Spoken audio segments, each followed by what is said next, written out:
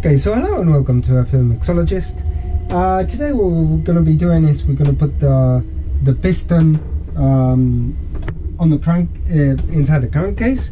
Now, obviously, before I've done this, what I did is I got a fair bit of this product, PB Blaster, and a lot of paper towels to clean the bore. And how you do it, you just put a bit of PB Blaster onto, like so. I mean, it works better if you have, for example, toilet paper, because it's white and therefore you can see it. But basically, you squirt a bit of this. You can also use WD-40s, okay? And basically, you have to take it out, and it has to be absolutely perfect. So the first times I took out the paper, it wasn't coming out great, so therefore I kept going and going and going and going. I must have done it like 20 times or more. There's a lot of paper underneath there, but that's how you get the bore to be absolutely clean. And now what I need to do, now that I know that I've got the bore clean, what I'm going to do is I'm going to put just a double boil here.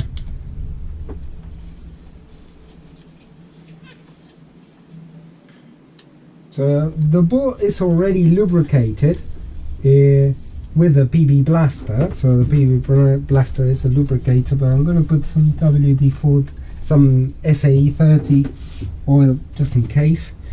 And now what I need to do, obviously, is the piston. Now I've fitted the rings, previous video, and that's okay. So what I am going to be doing is first I'm going to lubricate here. So I've got all the ring gaps the same, which they're not going to be installed the same, just putting them for the time being. So I'm going to squirt some oil here, here, here, and here, and hopefully like that. There we go. So now I've got maybe a bit more, because I need to make sure all the ring lands are properly oiled and the piston is properly oiled as well before I even attempted to put it in. Okay, a bit more, just a touch more. Let's see the oil control ring. Again, that needs a bit more. And now what I'm going to start doing is I'm going to start putting a bit more on the piston. Excellent.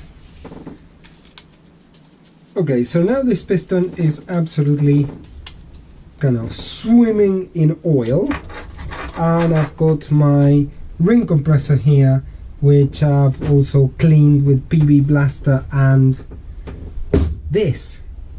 So now what we need to do is say, okay, so now I've got kind of all the ring gaps 180.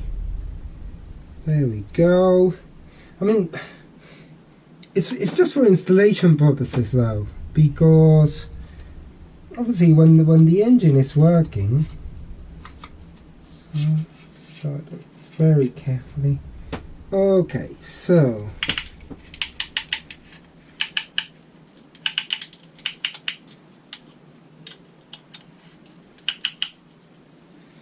okay, so let's present this. This goes this way, and now what I need to do is I need to compress the rings. Sorry, let's do it out.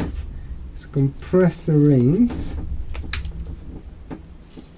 That's suitably done.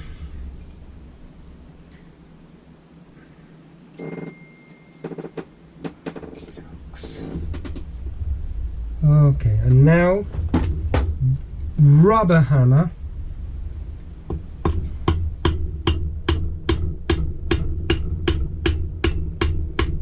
I need to very gently tap it and make sure that it's square.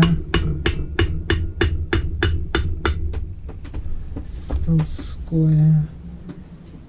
Yes.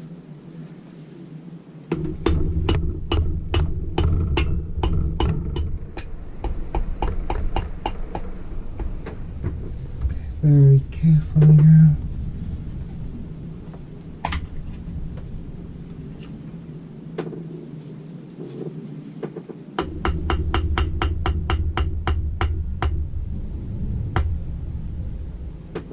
That's it. Don't touch it. So now what I need to do, and I need to do it on this side, is I'm going to oil that. I need to have this nice and oiled very carefully. Okay, so that's thoroughly oiled.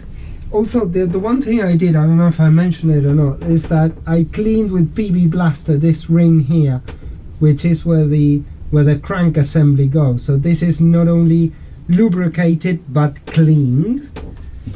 And now what I need to do is get my crank assembly here and lubricate this as well, ready for installation. So that would be the next thing. Okay, so this is going to be a somewhat delicate operation. Obviously I've just cleaned this up and cleaned it with PB Blaster, so I know that it's nice and lubricated, but we could put double oil here.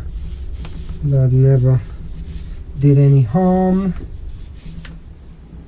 And also I've oiled it here for the bearing, so I know that it would have enough oil, so this is okay. Okay, so now what I need to do is I need to put this through here. Let me move the PB Blaster away, and I need to be extremely careful.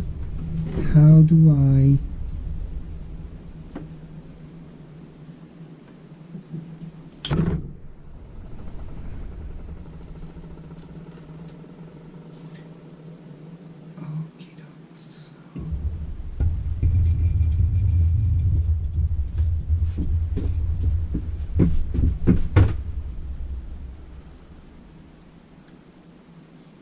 more or less on the ballpark. So now let's try. How am I doing?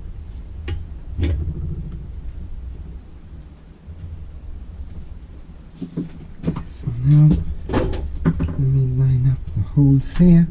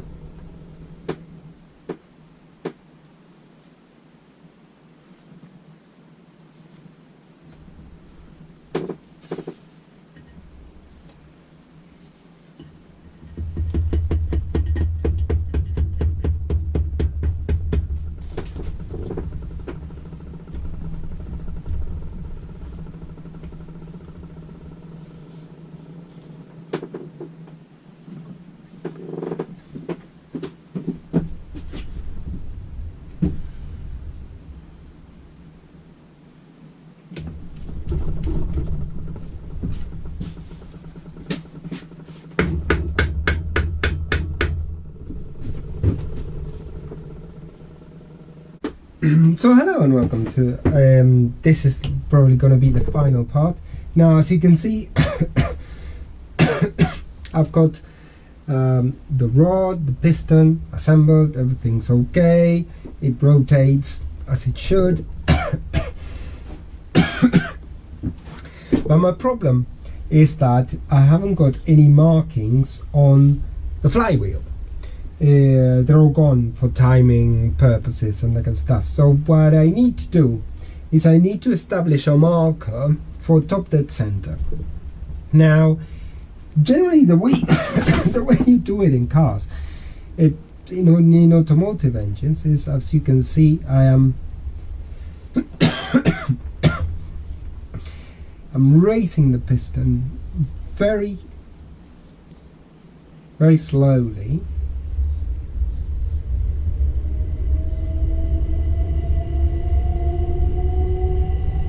There you go.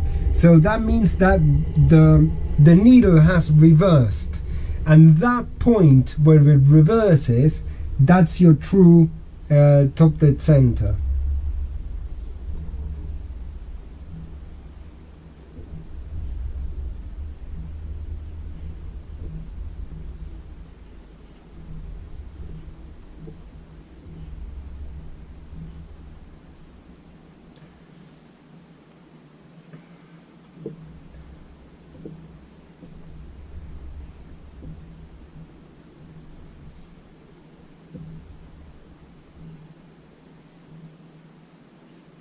So then the highest point that I can find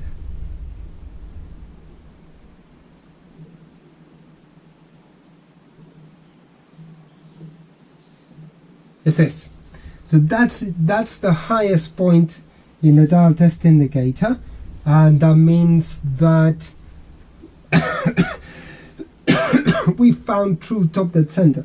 I mean, obviously I thought that this unit would have a bit more dwell, that is where the where they would have the pistons staying at top dead center for much more longer of the crankshaft rotation. But obviously it's not designed this way, so so that's it. So now what I need to do is I need to mark it here, and that would give me kind of a perfect marker for top dead center, and I think I know where I'm gonna go. So just need to mark this up and carry on with the build. So I thought I'll show you that. You might find it useful.